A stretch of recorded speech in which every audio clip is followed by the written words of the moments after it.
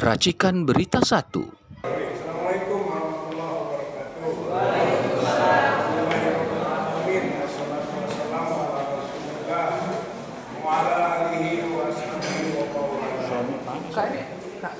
Bapak Ibu, saudara-saudara, beriman, alhamdulillah, bersama dalam rangka menegakkan kebenaran dan keadilan. Saya ambil tema ini adalah awal akhir buruk Jokowi, awal buruk Prabowo. Saya kira momennya pas di saat 20 Oktober ini. Su'ul khotimah atau akhir yang buruk dari Jokowi. Jokowi ini sebenarnya dari awal sudah buruk. Yang tadinya kita harapkan akan membaik, tapi justru di akhir masa jabatannya keburukannya itu terkulminasi, memuncak. Ada dua fenomena yang bisa diangkat. Yang pertama adalah hadiah negara, pensiunnya berupa rumah dan tanah yang jumlahnya sampai 1,2 hektar di Surakarta, yang awalnya diberikan hadiahnya itu untuk 9.000 meter, ditambah menjadi 12.000 meter rumah pensiun. Bayangkan 1,2 hektar itu tanahnya saja bisa sampai 144 miliar, belum bangunannya. Dan itu basisnya adalah Permenkyu, Peraturan Menteri Keuangan nomor 120 PMK 06/2022. Ini Permenkyu, Menteri Keuangan yang ngatur dan memberikan nilai seperti itu. Dulu sebelumnya itu ada Kepres nomor 81 tahun 2004. Maksimal hadiah rumah bagi mantan presiden dan wakil presiden itu 20 miliar. Sekarang dengan aturan di bawah, awalnya Kepres, sekarang Permenkyu, itu diberikan dengan nilai yang sangat tinggi, ratusan miliar, berapa kali lipat. Ini sebenarnya indikasi korupsi di akhir masa jabatannya Jokowi.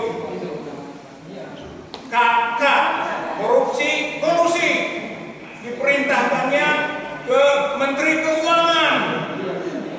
Dan ini gambaran kesewenang-wenangan, memberi hadiah seenaknya untuk dirinya melalui Menteri Keuangannya. Asalnya 9.000 jadi 1,2 hektar, 3.000 lebihnya. Ini BPK dan KPK harus turun tangan. Ini korupsi, ini teliti, periksa. Ini akhir dulu. Satu. Fenomena lain dari akhir buruknya, su'ul khotimahnya, ini pada puncaknya sajalah, saya tidak bicara tentang terdahulunya. Yaitu soal nepotisme. Dengan dilantiknya Gibran, anaknya, hari ini, maka nepotisme terbukti secara hukum. Ini politik dinasti yang awalnya mungkin bisa prediksi, kalau sekarang terbukti karena Gibran dilantik. Dan itu berdasarkan pasal 22 Undang-Undang 28 1999 KKN. Nepotisme ini adalah delik kriminal. Maksimal hukuman 12 tahun. Jadi ini pelanggaran hukum di ujung masa jabatan Jokowi.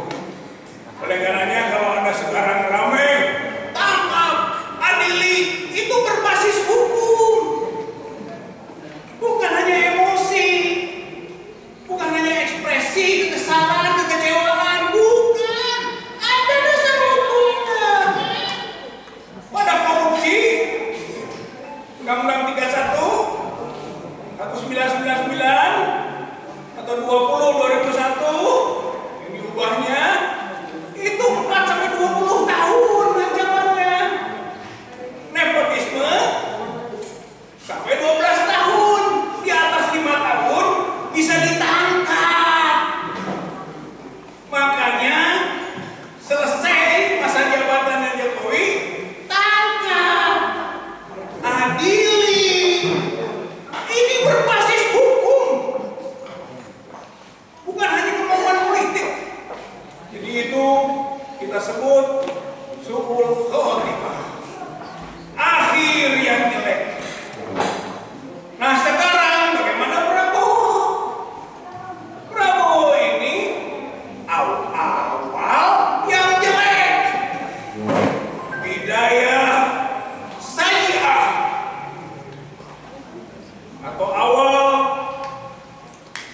su'ul muqaddimah, awal jelek. Jadi Prabowo akhir jelek, Jokowi akhir jelek, Prabowo awal jelek. Apa indikasinya? Dua lagi lah, banyak. Satu, Gibran dilantik, berarti membawa beban dosa, membawa beban celah. Gibran itu tidak memenuhi syarat, dan Gibran itu berperilaku tercela. Itu kalau Undang-Undang Dasar 1945 pasal 7A itu sudah memenuhi.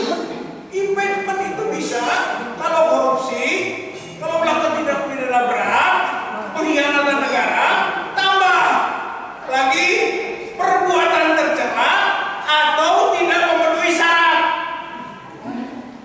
Berarti Prabowo membawa gandengan dan gendongan yang tidak memenuhi syarat dan berperilaku tercela. Maka potensinya impeachment. Ini awal buruk dari perjalanan pemerintahan Prabowo, karena memang produknya juga produk buruk. Semua tahu kecurangan dari proses yang terjadi sehingga terpilihnya. Yang kedua, fenomenanya adalah kabinet yang gemerut, kabinet yang gemuk. Undang-Undang Kementerian Negara nomor 39 tahun 2008 itu mengatur maksimal menteri itu 34. Itu maksimal itu saya sudah banyak dibandingkan dengan negara-negara lain, negara maju. Amerika 15, Inggris 22, Jerman 16, Jepang 20, Indonesia 34. Sudah banyak itu. Sekarang dirubah lagi undang-undang itu dengan Undang-Undang nomor 61 tahun 2024 kemarin, tanggal 15 Oktober. Pak, Bu, 15 Oktober itu kapan? 5 hari yang lalu. 5 hari yang lalu Undang-Undang Kementerian Negara diganti dengan aturan baru yang tidak ada batasnya jumlah menteri. Bayangkan itu, tidak ada batasnya. Fleksibilitas yang menentukan katanya. Akhirnya Prabowo membuat 46 menteri atau kementerian. Itu menteri, belum wamen. Gemrot kementeriannya. Ini awal buruk. Karena apa? Kalau besar kementerian, jalannya susah. Namanya juga gemuk, susah jalannya. Yang kedua, kalau gemuk atau gemrot ini berbiaya tinggi. APBN kita yang cekak, APBN kita ini yang sudah tergerus, tinggal sedikit lagi mau digunakan membiayai kementerian yang gemuk tadi. Apa tidak boros? Apa tidak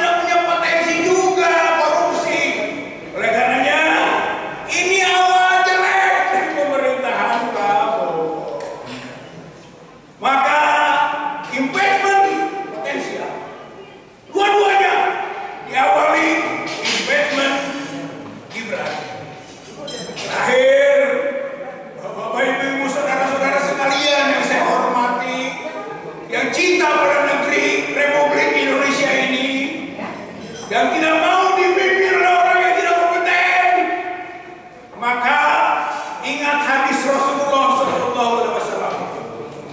Innaha amanah wa innaha yaumal qiyamati hizyun wa nadama ila man akhadha bihaqiha wa ada lagi alaihi fiha. Hadis ini mengingatkan kekuasaan itu amanah, dan itu akan menyebabkan kehinaan, kenistaan, kerendahan, dan penyesalan di hari kiamat. Nanti para pejabat, termasuk presiden, wakil presiden, menyesal di hari kiamat karena mau memegang kekuasaan. Ya, itu punya potensi tidak amanah. Ila mana hoda bihakia, kecuali mendapatkannya itu hak, absah, jujur, benar. Kecuali wa ada lagi alaihi fiha, dan dia menunaikannya dengan adil. Jadi ini pengecualian, ini taksis, kecuali yang mendapatkannya hak, absah, dan menunaikannya adil. Kita meragukan tentang hadis Nabi ini dapat ditunaikan dengan baik oleh kepemimpinan Prabowo bersama Gibran. Oleh karena itu, kalimat terakhirnya, tangkap, adili Jokowi, impeachment Prabowo dan Gibran. Nasrul minallah wa fathun qarib wa basyiril mu'minin. Wassalamualaikum warahmatullahi wabarakatuh.